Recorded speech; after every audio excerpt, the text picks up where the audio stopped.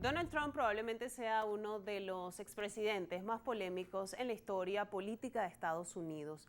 Vamos a analizar a esta hora lo que representan todas las implicaciones judiciales y las acusaciones del expresidente, que además lidera los sondeos para convertirse en el candidato republicano que enfrente a Joe Biden en las elecciones del 2024 en Estados Unidos. Vamos a analizarlo con Robert Valencia, analista internacional. ¿Cómo estás, Robert? Buenas noches, Natasha. Un placer estar con ustedes. Muchas gracias. Igualmente para nosotros escuchar tu análisis.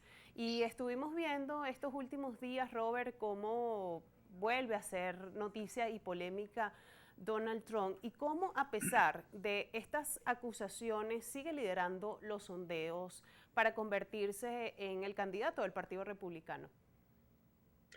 Bueno, hay muchas aristas partiendo de ese punto. Sí, se entiende que el Partido Republicano, o por lo menos ese sector de la corriente ideológica dominante en los Estados Unidos, a veces es difícil entender el por qué muchos republicanos están a favor de Donald Trump a pesar de todos los problemas legales que enfrenta. Y creo que podría señalar dos en particular. Uno es esta tendencia de algún sector, de este sector, en demostrar, por ejemplo, que una persona con cierto tipo de machismo, bueno, no sé si llamarlo machismo, pero sí ese exceso de, digamos, de arrogancia, de grosería, por ponerlo de alguna manera, de atacar al contrario con epítetos, con apodos, etcétera, es la forma de demostrar algún tipo de dominio o de fuerza. Y eso es algo que no solamente lo hemos visto en la figura de Donald Trump.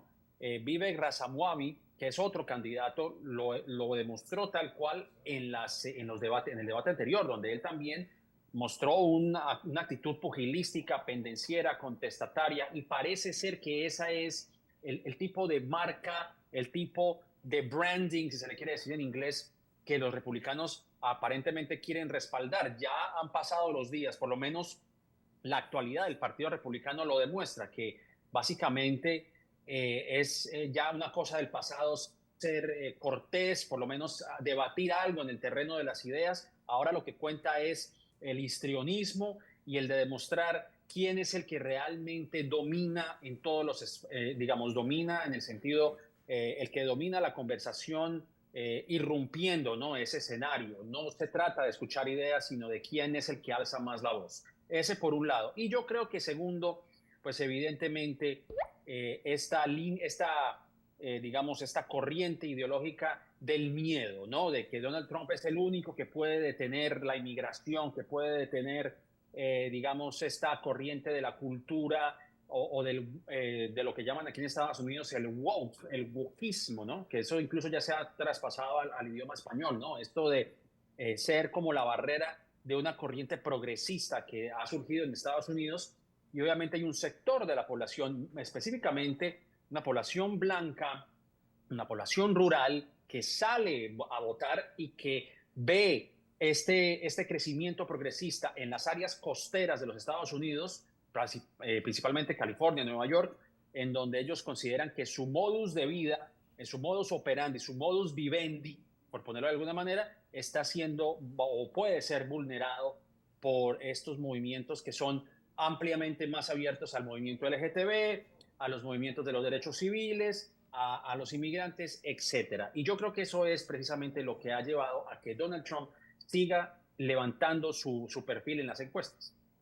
Por otra parte, Robert, ¿de qué manera estos problemas judiciales pueden frustrar las ambiciones de Donald Trump de volver a ocupar la Casa Blanca? Bueno, hay que decir, y esto es algo que suena insólito, pero así lo es. En caso de que el presidente sea hallado culpable y sea condenado a prisión, eso no le va a impedir que él siga surgiendo o que en las encuestas, pero que además siga llevando su campaña presidencial, aún estando tras las rejas. Obviamente sería un hecho sin precedentes, algo que nunca se ha visto, pero es posible que eso pueda ocurrir. Nada le impide, porque estos cargos son a nivel criminal, no a nivel político. Si los republicanos en ambas cámaras, cuando se hizo el impeachment, lo hubiesen inhabilitado políticamente, otra historia sería. Pero en esos casos estamos viendo que son casos criminales. Eso no le impide que él tenga algún tipo de poder político. Él puede ejercer la presidencia estando tras la cárcel. Obviamente va a ser muy difícil para él realizar viajes, realizar periplos, digamos, hacer recaudación de fondos en persona. Obviamente, pues eso lo va a inhabilitar. Pero nada le impide que él pueda seguir en la carrera presidencial. Pero obviamente, como vuelvo y menciono, pues sería un hecho sin precedentes, algo que no tendría parangón en la historia de los Estados Unidos. Robert, tengo que hacer una pausa en esta conversación, pero te pido que nos sigas acompañando para seguir analizando todo este tema alrededor de los problemas judiciales que enfrenta Donald Trump. Conversamos, amigos, con Robert Valencia, él es analista internacional y nos está brindando su diagnóstico y su análisis sobre lo que representa la figura de Donald Trump en la política norteamericana. Al regreso seguimos analizando este tema y, por supuesto, el escenario político en Estados Unidos. Hacemos pausa y ya regresamos.